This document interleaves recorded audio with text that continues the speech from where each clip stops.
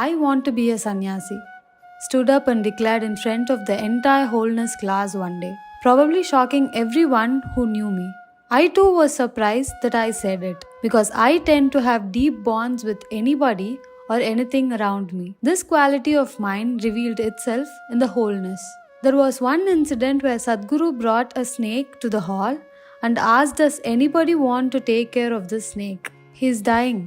If one of you can feed him for a few days, he may live longer." He had found the snake in the hole under the tree near the cactus garden. It was 6 feet long, and most of us were afraid to even go near him. There was a short silence. Then, "I will do it," I said without thinking. For me, it was like this. If Sadhguru asked someone to do something and no one else seemed inclined, then I want to do it, no matter what it might be. I had not even held a snake before in my life. But Sadhguru handed him over to me, and there I was, holding a 6 feet cobra wrapped around my arm.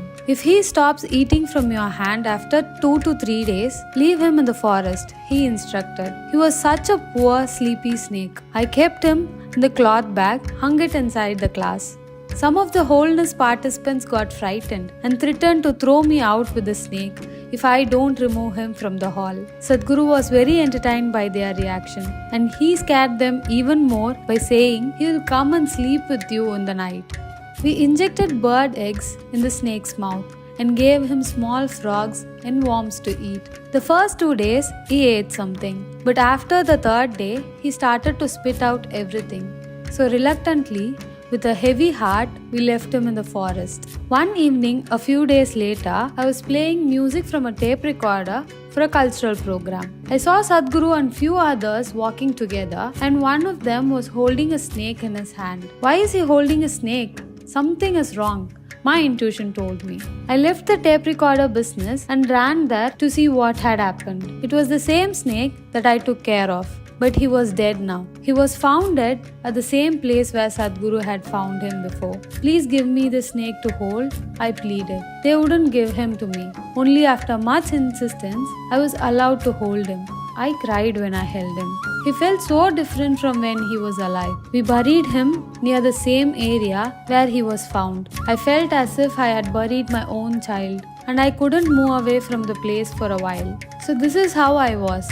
A year earlier also, during the Bhavaspandana, I had stood up before Sadhguru to declare something. That time, it was about my desire to get married and have a big house. I had even described what kind of husband I want, and every inch of the house I had envisioned. So I was completely unexpected that within a year, I had taken a 180-degree turn and seemed determined to walk the aesthetic path. But the truth was that I was burning. "Before I die, I must get Kavi clothes from him," is what I frequently thought those days. To my great annoyance, many wholeness participants and even Sadhguru often tried to talk me out of brahmacharya. However, I was determined, and Sadhguru yielded. I was initiated among the first batch of Isha brahmacharis in 1995 and given sannyasa with the first batch of Isha sannyasis in 2003. After the sannyasa initiation, when I received the Kavi clothes from Sadhguru, I trembled. Do I really deserve this unparalleled honor? I thought as I took the sacred clothes from him. From wholeness to sannyasa, I feel this path has been about learning the real meaning of having a deep and indiscriminated relationship with life.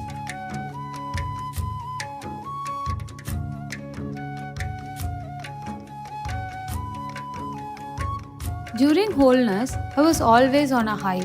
Many days I would sit near Sadhguru's feet during the session, and sometimes even hold his feet. When I was not at his feet, the intensity of the process we went through had me rolling, kicking around, and even climbing up the pole that supported the hut roof from inside. In fact, once the process was over and Sadhguru left the hall, I had a hard time getting down off the roof pole, because by then I had to come back to my normal senses. Sometimes Sadhguru surprised me with his metaphysical presence.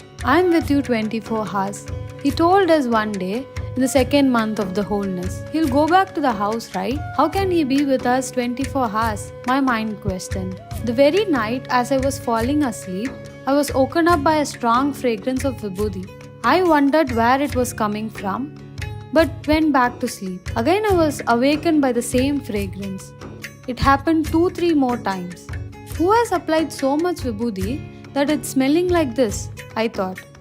Next, I took a torchlight and went around shining it on the sleeping people's face to find the source of the vibhuti fragrance. But I could find nothing that could explain it.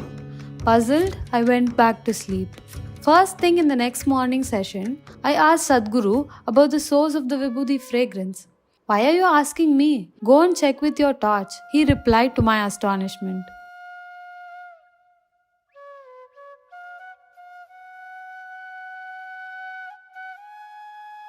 Once it happened that I was co-teaching a class with a new teacher. We were staying in the volunteers' home, which was in the same building as the class, but one floor above.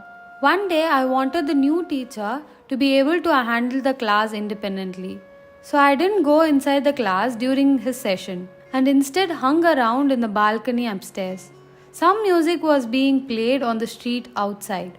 I caught on to a catchy song and was humming along. After a while, a few volunteers came up running and asked me to manage the situation in the class. One of the lady participants, because of the energy situation in the class, was thrashing about wildly out of control. So I had to go in. After the class settled again, the co-teacher pleaded with me to continue the session instead. Seeing no choice, I went and sat on the teacher's chair.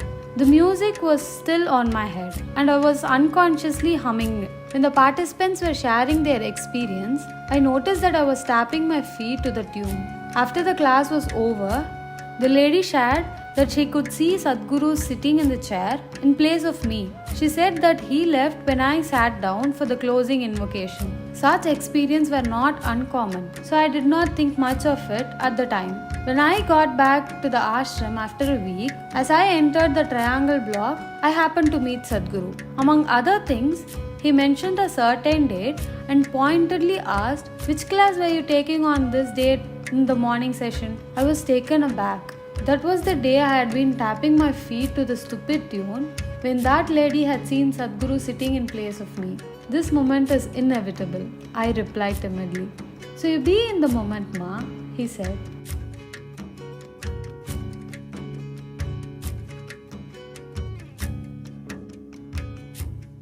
Soon the Chennai Gramotsavam was announced and we had invited hundreds of players. In addition, nearly thousands of villagers wanted to come on their own expenses. But someone had to be in Chennai to take care of the entire arrangements, games, etc. Since the rural people bonded with me a lot, I asked Sadhguru if I can go. "Gramotsavam will happen, ma. You stay here," he said. But when I insisted, he said, "Okay, go, but do not ask me about your health later." And he left. The Gramotsavam happened gloriously with 5 lakh people in attendance. I thoroughly enjoyed the intensity of organizing such a mega event and taking care of the villagers. However, on my way back, I felt so sick that I had to be hospitalized and was recommended to undergo an urgent surgery. However, Sadhguru refused the surgery and put me on certain diet and gave me some sadhana. I went back to the checkup after 40 days. I was fine, but I learned an important lesson. In 2006, I moved back to be in ashram full time and in later years took care of Akshaya and the local welfare activities. Now I take care of Isha Farm where I do organic farming using zero budget and intercropping technique that I learned in the Project Green Hands workshop. These techniques are amazing. I use only cow dung and cow urine as bio inputs, and from just 1 acre of land, we sent 2.1 ton of radish, 650 kilograms of coriander last month, and will soon be harvesting tomatoes and lady's fingers too. I'm able to experience the pride of being a farmer firsthand.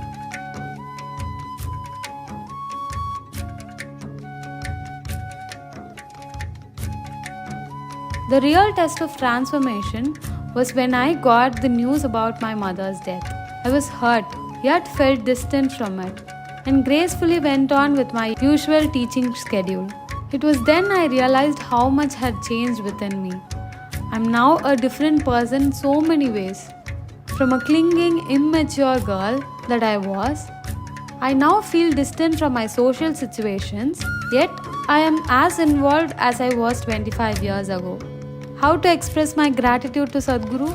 Whenever I strayed from my path, he gave me time and support to get back. For me, my Sadhguru is everything. How will I ever pay back my debt to him?